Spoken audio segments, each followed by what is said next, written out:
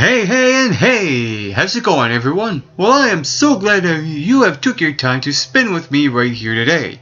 I am your co-host for the MRB Wrestling Review Show, Mike Big Rock Wilson, and last night was WWE Monday Night Raw! Can you feel it?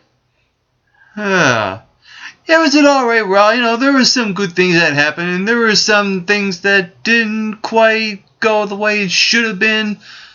But overall, it was an average show last night, and with that being said, the show kicked off last night when Daniel Bryan and the WWE Champion John Cena signed their SummerSlam contract for the WWE Championship match at SummerSlam. I keep repeating myself. But anyway, during that segment, you notice how now at the very beginning you hear that big drum roll and appears Brad Maddox that's already in the ring. This must be becoming his thing where you hear the drum roll. Oh, it's going to be Maddox because he done it last week, so he done it this week.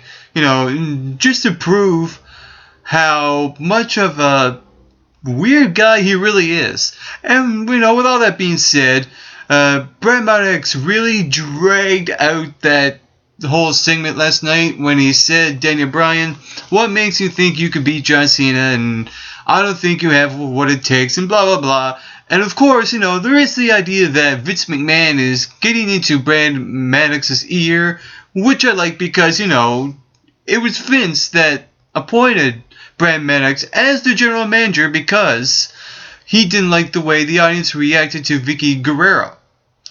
So, with all that being said, I will give you my theory about what happened at the end of the night. But before I go any further, when you drag that segment out, and then he made a match for Daniel Bryan, he's going to face more than one guy. It's going to be 3 guys that he's going to face.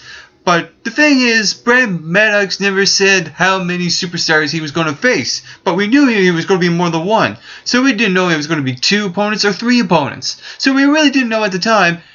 And not only that, Brad Maddox did not mention who Daniel Bryan was going to face. So overall, that first segment was kind of symbolizing how the show is going to be like throughout the night. But anyway, moving on. World Heavyweight Champion Alberto Del Rio defeated Sheamus last night, and holy crap, did you see that bruise Sheamus had on his leg? That was like huge, massive, and it almost pretty much matched his trunks. Awkward moment, but yeah, that bruise, I'm like, oh man, put something on there. But you know what? It just goes to show, how much these guys go out there and love to perform for the audience, but get really hurt in the process. And oh man, that was just deadly. And with all that being said, with Alberto Del Rio being the World Heavyweight Champ, and right now there's nothing for Alberto. There's nothing for the World Heavyweight Championship yet at SummerSlam. So hopefully there will be something. Also last night, Christian defeated Titus O'Neil in a one-on-one match. And right now, Christian feels like the sleeper. And here's the interesting thing about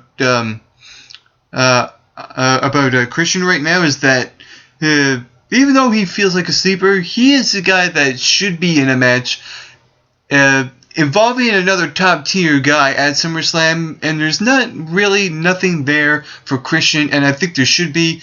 I think Christian is a excellent talent. He's great in the ring, and there really should be something for Christian going into SummerSlam, in my opinion.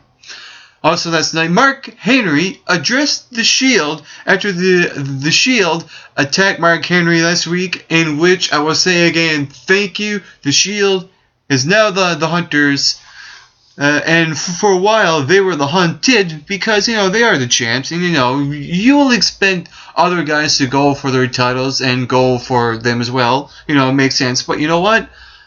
Sometimes the bad guys need that energy. And with that said, you know, with the whole Mark Henry promo, and then the Shield coming out, and then the Usos evening the odds. It looks like, you know, a 6-man tag team match brewing, which I like. And the only thing that kind of bothers me is that I was looking forward for the Shield to face the Brothers of Destruction at SummerSlam, but it don't look that way right now because they're in a situation now with Mark Henry, and there's the thing with the Usos. So there's going to be something happening, you know, throughout now in SummerSlam with those 6 superstars. And we'll see what happens as the weeks to come on Monday Night Raw till SummerSlam. Also last night, Dolph Ziggler defeated Darren Young. What was interesting about Dolph Ziggler is that I noticed now in the past couple of weeks, ever since Dolph Ziggler became a babyface, is that when he gets in a situation where the guy comes in and attacks him, he goes out the ring, and usually babyfaces are the ones that want to fight and want to get the one-upsmanship on the bad guys, on the villains, on the heels. But with Dolph Ziggler, him running out and saying, "Ha ha ha, you couldn't catch me," he still has that cocky, arrogant side to him, and he's also a babyface. So that's actually a nice mixture within his character, and it's not cliche. And it's not a cliche babyface aspect to his character as well. So good on Dolph Ziggler on Monday Night Raw last night. And for that reason, you know, after the match, you know, Biggie Langston came out and tried to get Dolph Ziggler, but to no avail. Also last night, the Total Divas cast appearance on Miz TV last night on Raw. Oh, do I need to say more? I mean, really, the Miz right now, it's really hopeless because right now he's become full circle, but in a bad kind of way because, you know, he came in, he was hosting all these shows like the Raw Diva Search, he done his own reality show, and now he's back to hosting again. I really don't like that. I rather prefer The Miz as the guy you love to hate, but the fact is now The Miz is just not cutting out for the WWE. And with that said, with the Total Divas on there, I'm surprised that they actually allowed this segment to happen on Monday Night Raw. And there was a moment with Brie Bella and there was a wardrobe malfunction, but really? Oh my God, who the hell cares? Exactly. Also last night, Cody Rhodes defeated Fandango in a one-on-one match, and I really like this setup now with Cody Rhodes and Damien Sandow. It's really, you know, starting to get going, and the cool thing is they're actually interacting with each other, unlike some of the past rivalries in the past couple of months. You know, with Chris Jericho and Ryback, who had no interaction. I love this interaction with Damien Sandow and Cody Rhodes, and all what this is leading up to, a match at SummerSlam where a briefcase could be on the line, perhaps?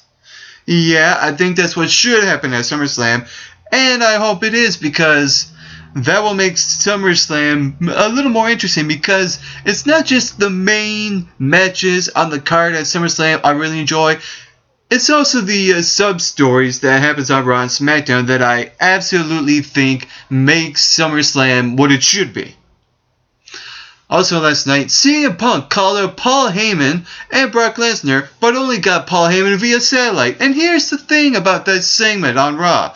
I really enjoyed Paul Heyman and CM Punk arguing back and forth, and it was just overall amazing. And there was something Paul Heyman said about, "Which one are you, CM Punk, a coward or a fool?" And he said something along the lines of, "Who you are. Are you a coward or are you a fool?" It was just one of those lines that you really gotta just sit back and think, wow, Paul Heyman is a good, not only a good talker, but a good storyteller as well.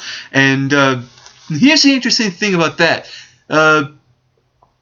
Even though those guys were arguing, there was no Brock Lesnar. And the interesting thing is that I am more looking forward to this match. And Brock Lesnar wasn't even in that segment, and that's really saying something. What that's saying is he got two of the greatest talkers right now in the WWE. Probably the top two guys. Top two best talkers right now. And they just had a segment where that just went 10 out of 10 flat. Awesome. And I'm really looking forward to SummerSlam. And I think this Brock Lesnar and CM Punk match is really the match that's selling SummerSlam and not the WWE Championship, which is cool because not everything should be about, to titles, defending titles. Sometimes you gotta have a match where someone wants to get revenge on someone, and that's the way you do it. And I really like the end game because CM Punk wants to get Paul Heyman.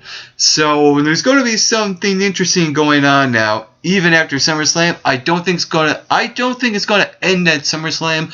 I think this is one of those things that could lead to a big WrestleMania match involving CM Punk and Stone Cold Steve Austin. You know why? Stone Cold actually started in ECW, and that's Paul Heyman's show. So putting that element into that, if that were to happen at WrestleMania, would be perfect. Also last night, Rob Van Dam last night defeated Wade Barrett in a one-on-one match. What I like about that was that usually, you see superstars who come back from a long period of time in the WWE and don't feel like that. I really don't want to be here, but I guess I do what I have to do. I don't get that with RVD because ever since RVD came back to the WWE, it seems like he's really enjoying himself on Monday Night Raw and SmackDown. And with that being said, him getting the win over Wade Barrett, last night is actually pretty good. And not good for Wade Barrett because, there's a cloud over him. And same thing with Fandango. Putting Fandango in that situation between Cody Rhodes and Damien Sandow, it's just one of those things where, you really don't know what to do with Fandango right now. Ever since he came back, it's like he's pretty much has lost a lot of momentum. And with that being said, so has Wade Barrett. But you know what? What makes up for it is that how RVD's attitude is coming back to the WWE. Also last night, Daniel Bryan. I think Daniel Bryan was his show again on Monday Night Raw. I know I've said that in the past, this was Daniel Bryan's show on Raw, this was Daniel Bryan's show on SmackDown, etc., for the past couple of weeks. But on this episode of Monday Night Raw last night, this was the Daniel Bryan show. Not only he started off the show, he ended it. Not only that, he competed in 3 matches. And here's the interesting thing what I liked about Daniel Bryan last night, is that he knew he was going to be involved with, more than one superstar. So, what he done is that he ended the match quickly as possible when he defeated Jack Swagger in his first match, and then in a full-blown one-on-one confrontation, Daniel Bryan defeating Antonio Cesaro. Even though Daniel Bryan won, Antonio Cesaro last night looked really good in that match against Daniel Bryan. I admit. And what I like about Antonio Cesaro is that he could fit in one of those times where it could be the 80s, and he would still look good. And even though he's only in it now, he still does look good. And with Daniel Bryan, him facing one-on-one, excellent match last night. And after that, Ryback was his third opponent. Daniel Bryan defeated him via disqualification only because Ryback put Daniel Bryan through a table. And then John Cena came out and then told Ryback that I want you next week in a tables match. But here's the thing. I thought that they were going to end with Ryback and John Cena at Extreme Rules in that 3 stages of hell, but I guess not. They really shouldn't, put them in a match again because of that.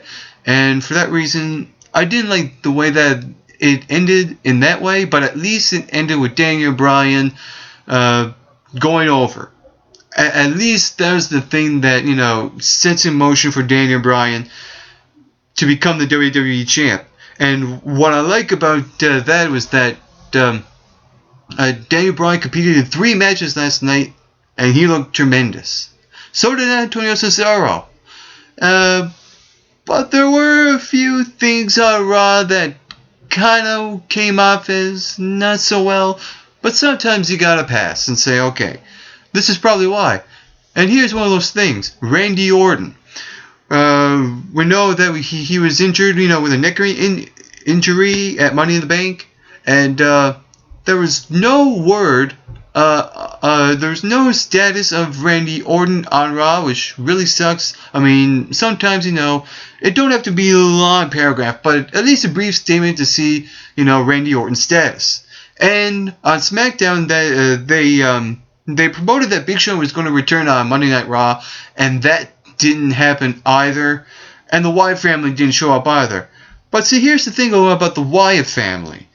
Even though they debuted, a couple of weeks ago, and they were on last week, I will give a pass because you can't have too much of a good thing. So with that being said, the Wyatt family not there, I can take an exception of that. But with Big Show not being there, that was false advertisement. So, Raw overall was okay. I give it a 6 out of 10 at least. But it was not half bad because Daniel Bryan stole the show. He was those 6 points. And, at least, 5. And the other point goes to CM Punk and Paul Heyman. Excellent promo last night. And going into SummerSlam right now, looks good. You got the WWE Championship match. John Cena, Daniel Bryan. You got this Paul Heyman, CM Punk, Brock Lesnar thing, and Damian Sandow, Cody Rhodes. This thing with Big E Langston and Dolph Ziggler looks good, but there's nothing for the World Heavyweight Championship, and I think there should be, like I said before. But all in all, so far, SummerSlam looking good.